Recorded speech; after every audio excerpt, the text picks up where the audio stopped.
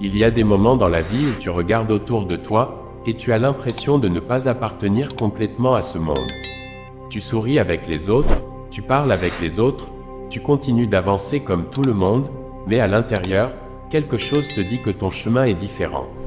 Pas meilleur, pas supérieur, simplement différent. Et parfois, cette différence devient lourde à porter, parce que les gens ne comprennent pas toujours ce que tu ressens. Ils voient ton silence mais ignorent les batailles dans ta tête. Ils voient ton calme mais ne voient pas les tempêtes que tu traverses discrètement depuis des années. Tu as peut-être connu des périodes où tu avais l'impression de mourir intérieurement. Des saisons où plus rien ne faisait vraiment sens. Des nuits où tu étais fatigué sans savoir expliquer pourquoi. Comme si une ancienne version de toi s'effondrait lentement, pendant qu'une autre essayait de naître.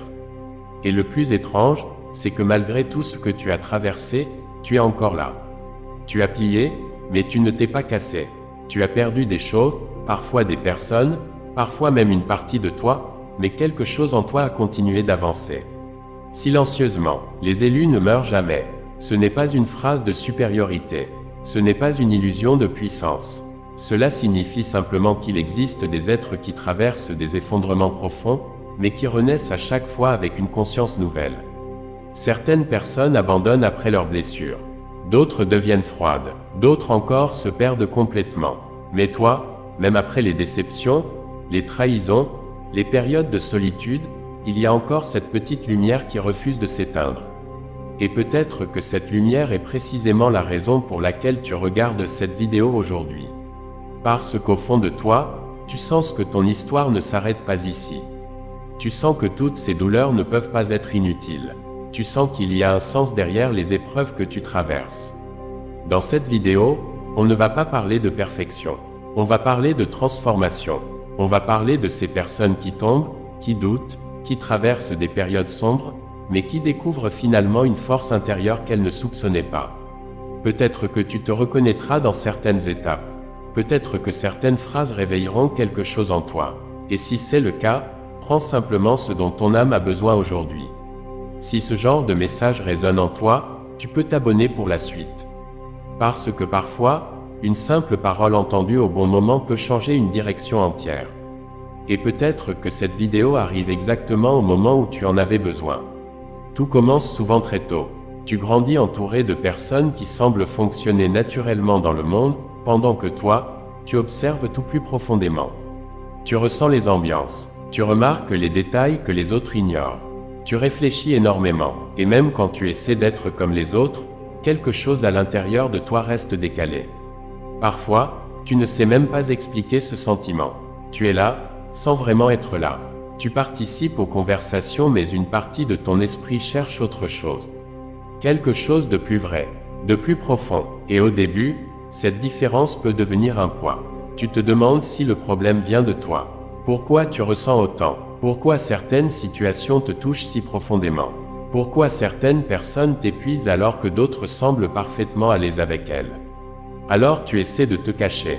Tu fais semblant. Tu adaptes ton comportement. Tu apprends à porter des masques pour éviter d'être rejeté. Mais plus tu t'éloignes de ce que tu es réellement, plus tu te sens vide intérieurement. Et un jour, tu comprends quelque chose d'important. Ta différence n'était pas une erreur. C'était un signal. Certaines personnes sont appelées à vivre en surface. D'autres sont appelées à se connaître profondément. Et cette profondeur change complètement la manière de voir la vie. À partir de ce moment-là, tu commences doucement à arrêter de vouloir entrer dans des cases qui n'ont jamais été faites pour toi. Quand tu es différent, le rejet devient presque inévitable. Pas forcément un rejet violent. Parfois, c'est plus subtil. On te regarde sans vraiment te comprendre. On minimise ce que tu ressens.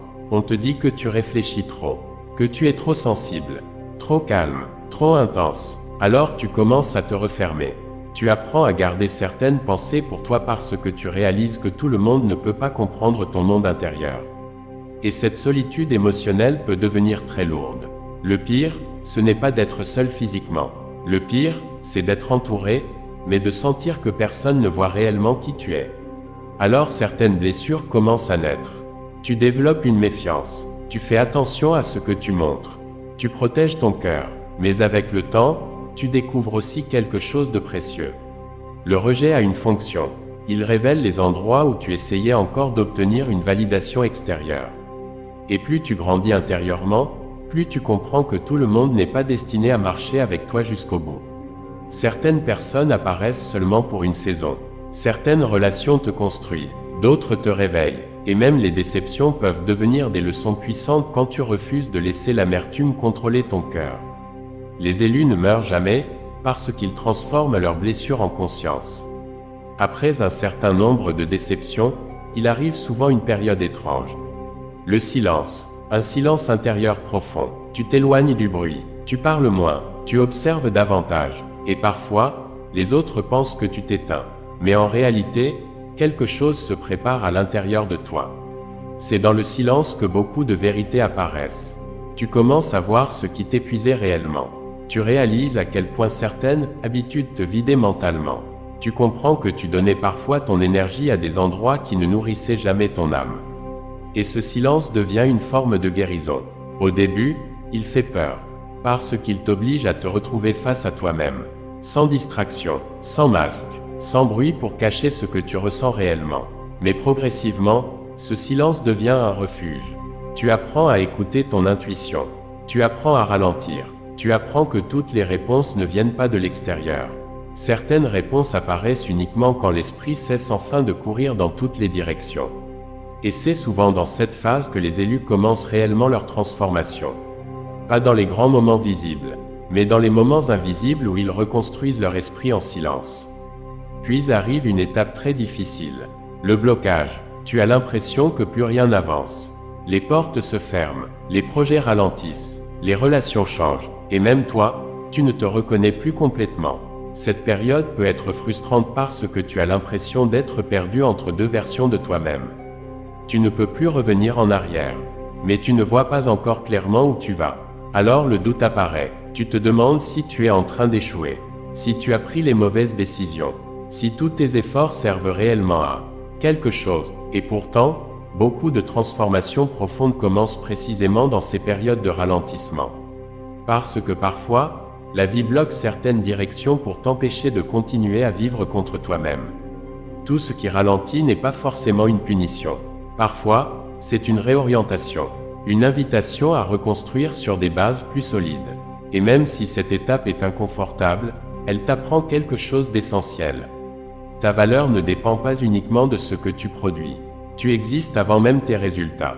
Et quand cette compréhension entre profondément dans ton esprit, tu commences à respirer différemment. À un certain moment, tu arrêtes de regarder uniquement le monde extérieur. Tu commences à te regarder toi-même honnêtement.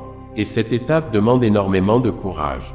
Parce qu'il est facile d'accuser les circonstances. Il est facile de pointer les autres du doigt. Mais regarder ses propres blessures, ses peurs, ses habitudes destructrices, demande une vraie maturité intérieure. Tu réalises peut-être que certaines douleurs t'ont rendu distant, que certaines expériences ont créé des murs autour de ton cœur. Tu remarques des comportements automatiques que tu répètes depuis des années. Et au lieu de te juger, tu commences à comprendre. Tu comprends que beaucoup de réactions viennent d'anciennes blessures non guéries. Alors, doucement, tu arrêtes de te battre contre toi-même. Tu apprends à te parler avec plus de patience. Tu acceptes le fait que la guérison n'est pas linéaire. Certains jours, tu avances. D'autres jours, tu retombes dans d'anciennes pensées. Mais cette fois, tu ne te condamnes plus pour ça. Parce que tu comprends qu'évoluer ne signifie pas devenir parfait. Cela signifie devenir plus conscient. Et cette conscience change tout. À mesure que tu changes intérieurement, certaines choses commencent naturellement à tomber. Des habitudes, des environnements, parfois même certaines relations. Et ce détachement peut être douloureux, parce que même ce qui nous détruit peut devenir familier. Tu réalises peut-être que certaines conversations ne te ressemblent plus, que certains comportements que tu acceptais avant te fatiguent maintenant, que ton esprit réclame plus de paix, plus de vérité, plus d'alignement. Alors tu commences à faire du tri, pas avec arrogance, pas avec haine, mais avec lucidité. Tu apprends que protéger son énergie n'est pas de l'égoïsme, c'est de la maturité émotionnelle. Tu comprends aussi que grandir demande parfois de laisser derrière soi certaines versions de sa vie. Et ce n'est pas toujours spectaculaire. Parfois, cela se joue dans des petits choix quotidiens. Dire non à ce qui vide ton esprit. Passer moins de temps dans le chaos. Revenir vers des habitudes plus saines. dormir davantage, réfléchir avant de réagir, prendre du recul, respirer. Petit à petit, tu construis une vie qui ressemble davantage à ce que ton âme recherchait depuis longtemps. Après le chaos intérieur vient souvent une phase de reconstruction. Et cette étape est fondamentale, parce que beaucoup de personnes survivent à leurs blessures, sans jamais reconstruire leur manière de penser. Toi, tu commences à comprendre que ton esprit influence énormément la direction de ta vie. Alors tu fais attention à ce que tu nourris mentalement. Tu choisis mieux ce que tu écoutes, ce que tu regardes, les personnes qui t'influencent. Tu réalises que certaines pensées répétées depuis des années étaient devenues des prisons invisibles. Des phrases comme « je ne suis pas assez »,« je vais encore échouer »,« personne ne me comprendra », et progressivement, tu remplaces ces pensées, pas avec des illusions, mais avec une vision plus équilibrée de toi-même. Tu acceptes tes forces sans nier tes faiblesses. Tu apprends à reconnaître tes progrès, même les plus petits, et surtout, tu développes une relation plus saine avec toi-même. Tu n'es plus constamment en guerre contre ton propre esprit. Tu commences enfin à devenir un refuge pour toi-même. Et cette paix intérieure devient une force immense. Puis un jour, quelque chose change. Pas forcément à l'extérieur, mais à l'intérieur. Tu commences à voir plus clairement. Les choses qui te semblaient confuses prennent du sens. Tu comprends pourquoi certaines portes se sont fermées. Pourquoi certaines personnes sont parties. Pourquoi certaines périodes de solitude étaient nécessaires. Et cette clarté apporte une paix étrange. Tu n'as plus besoin de courir après tout. Tu n'as plus besoin de prouver constamment ta valeur. Tu comprends que la vraie force est souvent silencieuse. Tu deviens plus intentionnel. Tu choisis mieux où tu mets ton énergie. Tu arrêtes de gaspiller ton esprit dans des conflits inutiles. Et surtout, tu arrêtes progressivement de vivre uniquement pour être accepté. Parce que tu découvres enfin quelque chose de précieux. Quand une personne est alignée avec elle-même, elle cesse naturellement de chercher validation partout. Et cette liberté intérieure change profondément la manière de vivre. L'alignement n'est pas la perfection. C'est le moment où ce que tu ressens, ce que tu penses et ce que tu fais commencent enfin à aller dans la même direction. Pendant longtemps, tu étais peut-être divisé intérieurement. Une partie de toi voulait avancer. Une autre avait peur. Une partie voulait changer. Une autre restait attachée au passé. Mais maintenant, quelque chose devient plus stable. Tu fais des choix plus conscients. Tu écoutes davantage ton intuition. Tu ne cours plus autant après les distractions. Tu comprends que la paix vaut parfois plus que certaines victoires extérieures. Et cette stabilité intérieure devient visible. Pas forcément dans ce que tu possèdes, mais dans ton regard, dans ton énergie, dans ta manière de réagir aux difficultés. Les élus ne meurent jamais, parce qu'ils apprennent à renaître intérieurement encore et encore. Chaque épreuve les transforme, chaque chute leur enseigne quelque chose, et avec le temps, ils découvrent une force qui ne dépend plus des circonstances. Puis arrive cette dernière étape, la naissance d'une nouvelle version de toi-même. Pas une version parfaite, pas une personne qui n'a plus peur, mais une personne plus consciente, plus lucide, plus alignée. Tu regardes ton passé différemment maintenant. Les blessures ne disparaissent pas totalement, mais elles ne contrôlent plus ton identité. Tu comprends que tout ce que tu as traversé t'a appris quelque chose. La solitude t'a appris à te connaître. Les épreuves t'ont appris la résilience. Les déceptions t'ont appris le discernement. Et maintenant, tu avances autrement. Tu n'as plus besoin de faire semblant en permanence. Tu n'as plus besoin de courir après chaque validation extérieure. Tu sais que ton chemin est unique. Tu sais aussi que la transformation continue encore. Parce qu'un élu n'arrête jamais réellement de grandir. Il continue d'apprendre, de tomber parfois, de se relever encore. Mais désormais, il marche avec une conscience différente. Et c'est précisément pour cela que les élus ne meurent jamais.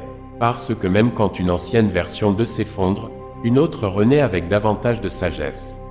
Si tu es arrivé jusqu'ici, peut-être qu'une partie de cette vidéo a résonné profondément en toi. Peut-être que tu as reconnu certaines étapes de ton propre parcours.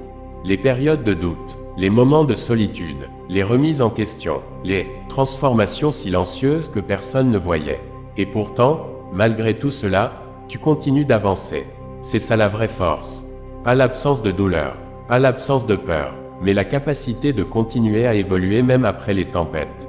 Les élus ne meurent jamais, parce qu'ils portent en eux une lumière qui refuse de s'éteindre complètement.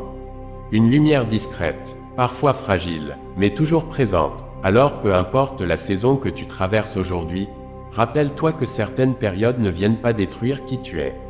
Elles viennent révéler qui tu peux devenir. Prends soin de ton esprit. Protège ta paix, continue d'avancer à ton rythme.